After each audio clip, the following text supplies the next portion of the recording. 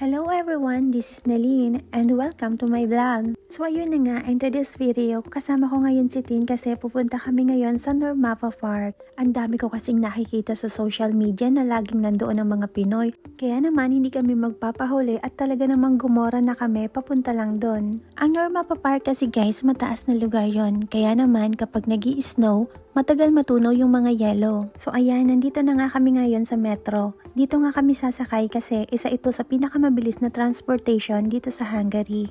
Kaya naman guys, dito sa Hungary, wala ka talagang mapapansing traffic. Kasi sa dami nilang metro, sa mga tram, sa mga bus, at saka may mga Bolt din sila dito. Yung mga metro palang sinasabi nila dito guys, is yun yung mga tren na dumadaan sa underground. Ewan ko nga lang, hindi ako sigurado kung meron na din bang ganito sa Pilipinas. Sana soon magkaroon din. So ayan, matapos nga namin kaunin si Ate Lenlen dun sa Kellenfold, sumakay na nga ulit kami ng isa pang metro papunta na dun sa Selkalman kasi dun talaga kami magkikita-kita ng mga tropa. Nga pala guys, gusto ko din i-share yung tungkol sa pamasahe nila dito sa Hungary kasi ang laki ng pinagkaiba ng sa Pilipinas. Kung sa Pilipinas, nakadepende sa layo or lapit ng pupuntahan mo ang ibabayad mo sa driver. Dito po ay hindi. Kapag around Budapest ka, mapalapit man or kahit isang station man or mapalayo man yan, ganun pa rin po yung bayad mo. Kaya naman, kadalasan sa mga Pinoy dito, lalo na kapag lagi silang umaalis or gumagala, naka-monthly pass ang kinukuha nila. Sa ganung paraan, mas makakatipid at syempre less hassle na din. So ayan, nandito na nga yung tren na aming sasakyan, kaya naman pumasok na kami. At isa din sa napansin ko dito guys, sa mga tren nila or tram, hindi siya sobrang crowded, hindi katulad ng sa Pilipinas na ang daming sabit-sabit tapos nagkakasiksikan talaga.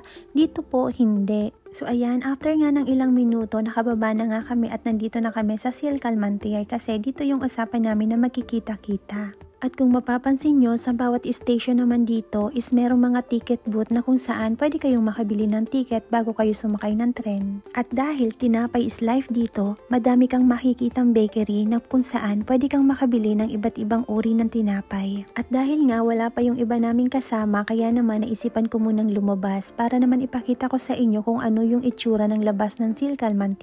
At kung mapapansin nyo, napakalinis talaga ng bansang Hungary, wala kang makikitang nagkalat na basura. So ayan, sa wakas, dumating na din yung iba pa naming kasama. Kasama na namin ngayon si Ate Helen, si Ate Lenlen, si Choco, pati na rin si Mayor. At kung napapanood nyo yung ibang vlog ko, makikita nyo talaga na sila lang din naman yung lagi kong nakakasama sa bawat gala ko. Sabi nga ng iba, hindi mo naman kailangan ng napakadaming kaibigan. Okay ng konti, basta tunay. So ayan, naisipan nga muna naming dumaan sa Spar kasi bibili muna kami ng ilang pagkain na maaari naming dalhin.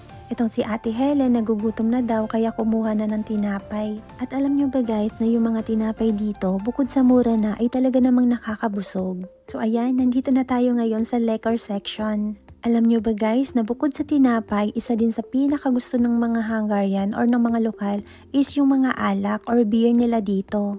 Siguro dahil malamig kasi diba sabi nila pampainit ng katawan ng alak. So after nga naming makuha yung mga gusto namin, dumiretso na kami dito sa counter. At sa pagbabayad, meron ditong self-service at meron din namang mga cashier. At pagkatapos nga naming mamili sa Spar, dumaan nga muna kami dito sa toilet. And as usual, may bayad na naman po siya, 250 forint. So after nga nun, sumakay na nga kami ng bus papunta na dun sa Normapa Park. Kahit sobrang lamig, sobrang mai-enjoy mo pa rin yung view sa labas. At pagdating naman sa mga pamasahe sa bus nila dito guys, is parehas lang naman sa mga metro or tram nila dito. At dahil walang traffic, sobrang bilis lang na naging biyahe namin. So ayan guys, nandito na tayo ngayon sa Normapa. Actually, pangalawang beses ko nang nakapunta dito. Ibang season nga lang, nung unang punta namin dito is autumn season. At dahil nga may 4 season ang Hungary, sa bawat season na yon nag-iiba-iba yung ambience ng paligid. At kung mapapansin nyo, kahit mainit na may mga yelo pa rin. Buti na lang talaga at may araw, kasi kung wala, mararamdaman mo talaga yung lamig. So ayan guys, finally nandito na tayo ngayon sa Normapa Park. At kung mapapansin nyo, makikita nyo talaga yung mga kulay puti sa paligid. Ang sarap lang sa pakiramdam kasi nararanasan mo ang lahat ng to. Dati, pangarap mo lang na makaranas ng snow, ngayon masasabi mo na sa una lang talaga masaya. Kasi naman yung lamig dito, tagos hanggang buto. Kaya sa mga kababayan ko na nandito na sa Hungary, Kumusta naman yung experience ng taglamig? Nakakadry ng balat, no? Kaya kailangan talaga nating mag-skincare. At sa mga kababayan kong Pinoy dyan, aminin nyo, gumagamit na din kayo ng ibang products para ma-moisturize yung skin nyo. So ayan, dahil may sikat na yung araw, ang naabutan lang namin is yung ganito na. Pero nung kasagsagan ng snowfall, ang lahat ng yan puro puti. At yung mga sanga ng kahoy na babalot ng puro yellow. At dahil may araw na, yung yellow dito guys, ganito na yung itsura. Kung sa Pilipinas, ang tawag nito putik na. Pero kahit sobrang lamig dahil patunaw na yung mga yelo, madami pa ring namamasyal dito. At napansin nga namin ang napaka-cute ng baby na to. Tingnan nyo naman ang ginagawa. Nakakatawa lang talaga siyang panoorin kasi halatang nag-i-enjoy siya.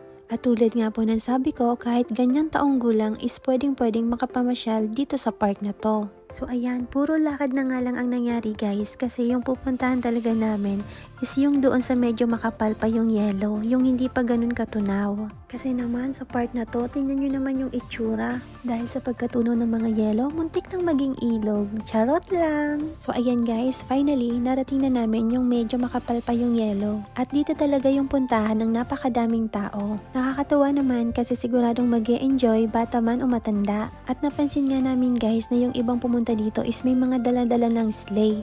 Sleigh nga ba yung tawag doon? Basta yung sinasakyan nila para magpadaos do sa yellow. At dahil wala kaming dala, tamang tingin-tingin na lang. At yung nasuot ko nga pala ditong sapatos, hindi angkop sa pinuntahan namin. Kaya naman, tingnan nyo yung naging itsura. Ito talaga yung pinakagusto ko tuwing winter season. Kasi mai-enjoy mo talaga yung snow. Kasi diba sa Pilipinas walang ganito. Maninibago ka talaga sa sobrang lamig. Naakala mo na sa loob ka ng refrigerator. Pero pagdating ng araw kapag nagtagal ka na dito, masasanay ka na lang din. Masasanay at makakapag-adjust din yung katawan mo sa lamig. So nag-ikot nga muna kami dito sa park at naghahanap din kami ng aming mapupwestuhan. Kasi dito mga beshi ko may mga upuan at mesa na pwedeng nyong gamitin. Isipan nga namin kumain sa isa sa mga fast food dito sa Hungary. At dahil sobrang lamig sa labas, naisipan naming mag-ramen. Kung meron nga lang pares or lugaw, yun na yung kakainin namin. Kaso wala dito.